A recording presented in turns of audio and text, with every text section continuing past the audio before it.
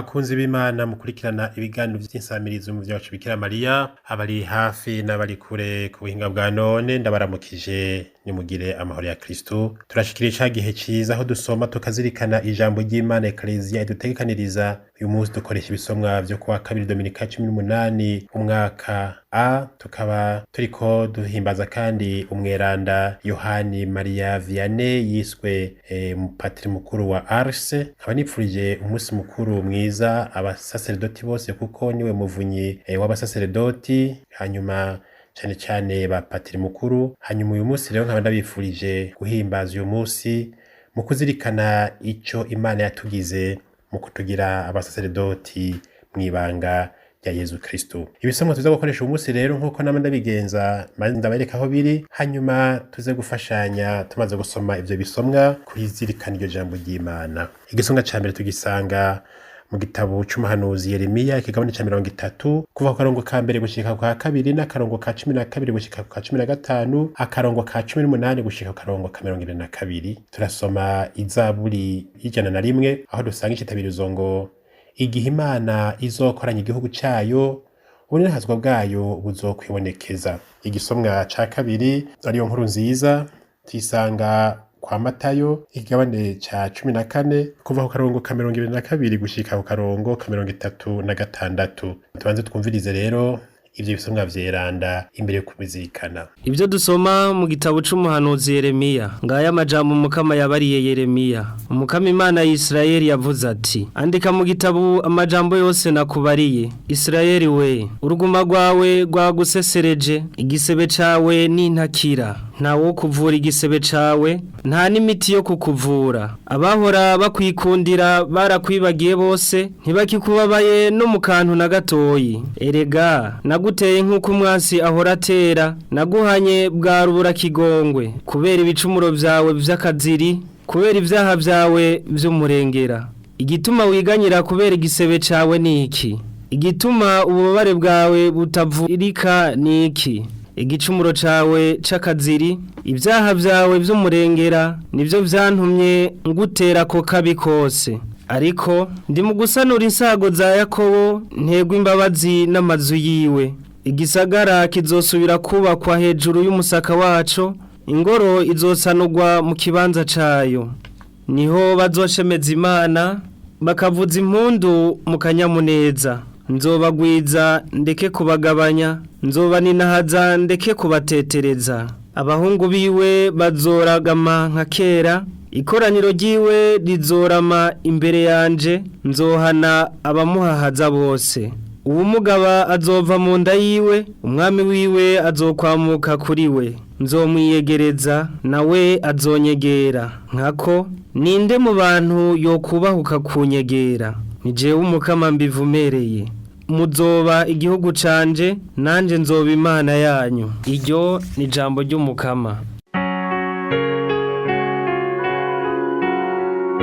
Igihe Imana izokoranya igihugu cayo, ubunenhazwa bwayo buzokwibonekeza. Igihe Imana izokoranya igihugu cayo, ubunenhazwa bwayo buzokwibonekeza.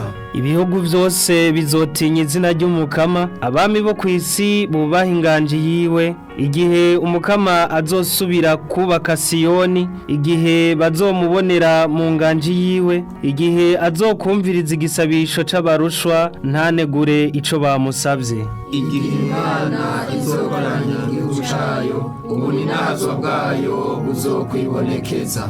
Bazohava bandikire batyo urwaruka rw'imyaka izoza, kandi igihugu gishasha kininahaza Imana kiti: Umukama yarakebutse arunama arabisi, ari mwijuru no mu gisagara ciwe, ngo abashe gutega amatwi amaganya y'imbohe, kandi arokore abagana urupfu. Igihe Imana izokoranya igihugu cayo, ubunenhazwa bwayo buzokwibonekeza.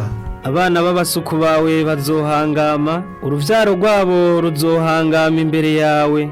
Nibakwize muri Siyoni izina ry'Umukama, muri Yeruzalemu hayagwa n'intazwa ryiwe, aho ibihugu n'intara bizoteranira ngo bitere impundu Umukama. Igihe Imana izokoranya igihugu cayo, ubunenhazwa bwayo buzokwibonekeza.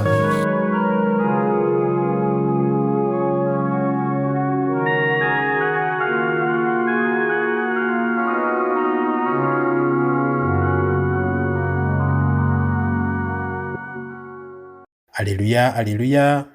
Nyigisha gutegera ico ushaka Mukama, nzoheza nzirikane ibitangaza wakoze. Aleluya. Inkuru nziza ya Yezu Kristo nk'uko tuyishikirizwa na Matayo. Amaze kugwiza imikate ngo agaburire abantu, buno nyene Yezu aca ategeka abigishwa biwe ngo baje mu bwato bamutange ku nkombe yo hakurya, nawe asigara arasezera abantu. Aheje kubasezera yidugira ku gasozi ahiherereye ngo asenge.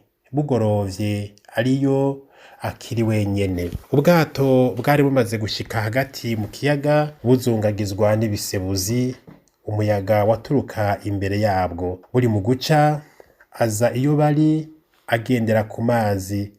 Abigishwa babonye agendera ku mazi barakangwa bavuga bati n'umuzimu. Ubwoba burabatekera bakoma induru. Buno nyene Yezu ababwira ati humure ni jewe ntimugire ubwoba. Petero aramwishura ati niyaba ari wewe mbwiriza ngo usange hiyo ngendera ku mazi. Yezu ati ingo. Petero ava mu bwato agendera ku mazi aje iyo Yezu ari. Abonye umuyaga uhuhuta agira ubwoba ngo yumve atanguye kunyika, avuza induru ati ntabara Mukama. Buno nyene Yezu aca aramvura ukuboko aramufata amubwira ati muntu utagira ukwemera, icatumye ukeka ni iki? Bamaze gushika mu bwato umuyaga ucurahera. Abari mu bwato baca baramusenga bavuga bati nukuri uri umwana w'Imana. Bajabutse ikiyaga bashika mu gihugu ca Genezareti. Abantu baho bamumenye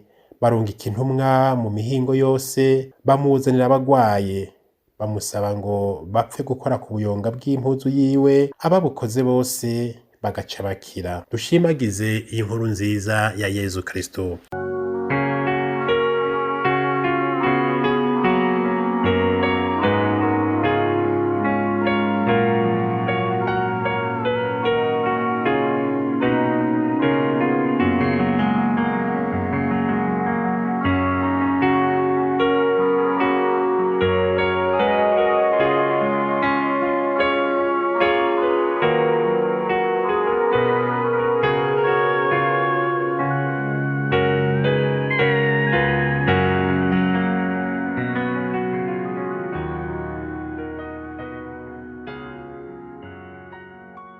Bakunzi b'Imana, turaheje kumviriza ibisomwa vyeranda Eklezia iduteganiriza kuri uyu musi wa kabiri Dominika ya 18 umwaka A. Muri aka kanya naho tuje hamwe twumvirize mutima mweranda dufashe tubizirikane. Muri ibisomwa rero dushimikire cyane kuri inkuru nziza kuko iza novuga nti ari incamake canke isanganya ibisomwa vyose twumvise mu gisomwa ca mbere mw'Izaburi n'ahandi hose. Iyi nkuru nziza rero iza novuga nti ifatiye ku majambo makuru makuru abiri, ukwemera hamwe n'ubwoba.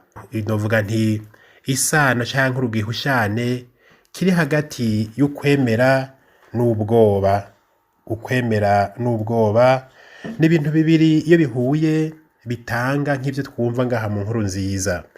Bavukanye Yezu ari ku kivi yigisha agenda, abantu bakamukurikira, ariko nk'uko twavyumvise ubwa mbere arafata akanya akagenda ahantu hiherereye akaruhuka, agasenga, akaganira n'Imana. Novuga nti aja gusharija ibatiri, aja kurondera izindi nguvu nshasha, aja kuzirikana ivyo ariko arakora kugira ngo ntahave akora ubutumwa canke novuga nti akora umurimo wiwe nk'uko umenga ni imoteri izunguruka idafata umwanya wo kuzirikana ibyo ikora n'ivyavuyemwo. Umukama rero aduhamagara yuko natwe twofata igihe cyose akanya ko kuzirikana, ko kuruhuka mu mutima, umuntu ari kumwe n'Imana azirikana ibyo yiriwemwo, ibyo amazemwo imisi, ibyo amaze imisi agenderamwo, agaheza akaja hiherereye agasenga. Yarungitse abatumwa ati nimugende, nawe asigara arasenga. Hanyuma haheze umwanya abasanga ku kiyaga, bamubona agendera ku mazi. Iki coco umuntu uvuye ko ari ikintu gihambaye. Ubundi nta muntu agenda atambuka ku mazi ntaho byakabonetse. Mugabo Yezu bamubonye atambuka agendera ku mazi, baca bagira bati ni umuzimu. Mu yandi majambo, umuzimu bisigura ikintu kidagifise insiguro, ahubwo mbere kiza kibangamira ubuzima bw'abantu. Baca bagira ubwoba rero.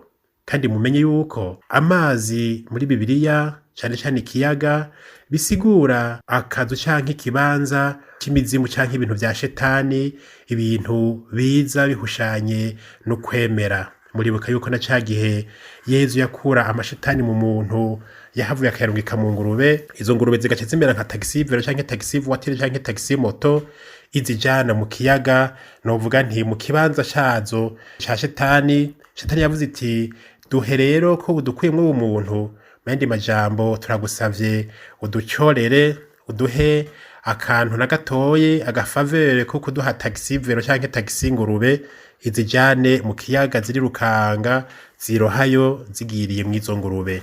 Hanyuma rero muca mwumva yuko ikiyaga cari inzu y'ayo mashetani. Yezu aragendera ku kiyaga, ubwa mbere bisigura yuko arengeye, kandi novuga nti agendera kwa ayo mashetani, umugabo akugendera hejuru, novuga nti abakuruta. Yezu rero agendera ku kiyaga avuga ati ibiri musi vyose biri musi y'ibirenge vyanje. Yezu agendera ku mazi ku kiyaga, akerekana yuko yatsinze shetani, ayigendera hejuru agatambuka akirenganira. Hanyuma ubwo bwato nabwo muti none barimwo, ubwo bwato nabwo twobusigura gute? Ego cyane muri Bibiliya insiguro y'ubwato yosigurirwa ko ari ekleziya. Ekleziya igendera hejuru ku kiyaga, kandi ikaba iri mu bwato. Ubwato bugenda burazungagizwa n'ibisebuzi, mbere rimwe rimwe n'amazi akinjiramwo.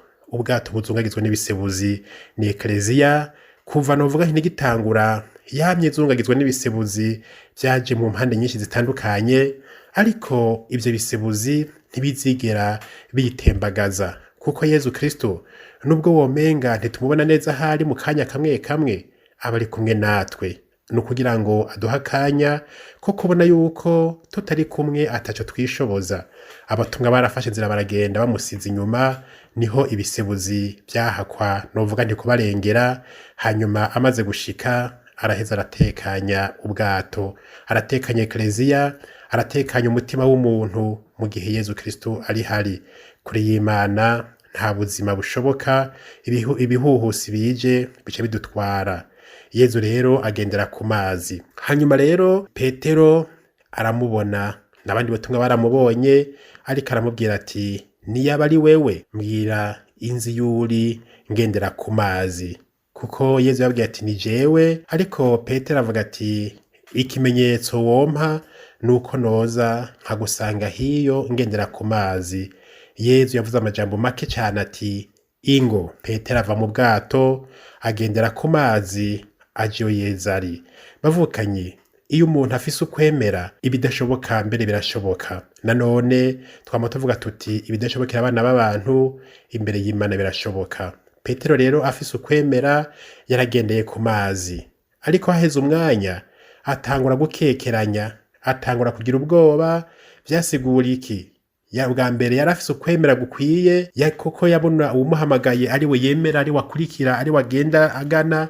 Hanyuma mu nyuma novuga ntihatangura kuza ubwoba, kuko atanguye guharura inguvu ziwe n'ingene yo bishobora. Atangura kugira ubwoba, abona yuko inguvu ziwe zidakwiye kugira ngo arengere cyangwa atambuke akora ayo mazi. Niho rero yatangura kwibira.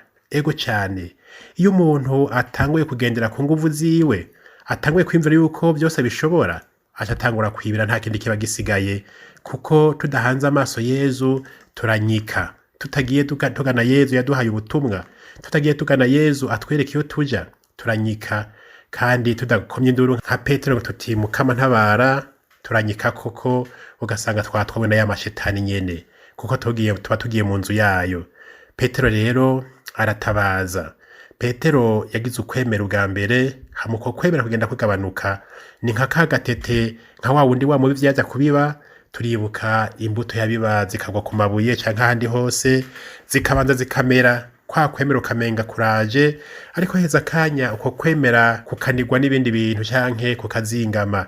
Petero rero yagize ukwemera ubwa mbere, ariko mu nyuma uko kwemera kuragabanuka, kandi turavyumva kuko Yezu avuga ati muntu utagira ukwemera icatumye ukeka ni iki? Gukekeranya rero biza bifatiye ku bwoba, umuntu agatangura kugomba guharura inguvu ziwe ukamenga arabishoboye. Kandi rero bimwe mu bimenyetso vyerekana yuko umuntu agomba kugendera ku nguvu ziwe, usanga atanguye kuraba abandi ngo birabananiye, aho kuraba ati jewe ndiko ndabandanya ntambuka ngana umukama. Umwe wese rero arabe ahageze mu gutambuka agendera ku mazi, mu yandi majambo agenda adakekeranya kandi atabwo bafise mu kwemera, mu kubandanya imbere y'Imana, kugira ngo arabe yuko Yezu Kristo akimuhanga.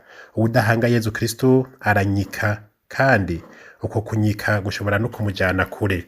Umukama dufashe rero, umwe wese arabe araba Petero ingene vyamugendeye. Umwe wese biramushikira, nyimba vyashikiye Petero ari we yahavuye mbere aba ishimikiro rya ekleziya, wewe nanje vyoreka kugushikira gute ko umukama yari yaramukomeje? Ego cyane, nta kindi dushobora kandi ntacyo twoshobora tutari kumwe n'Imana.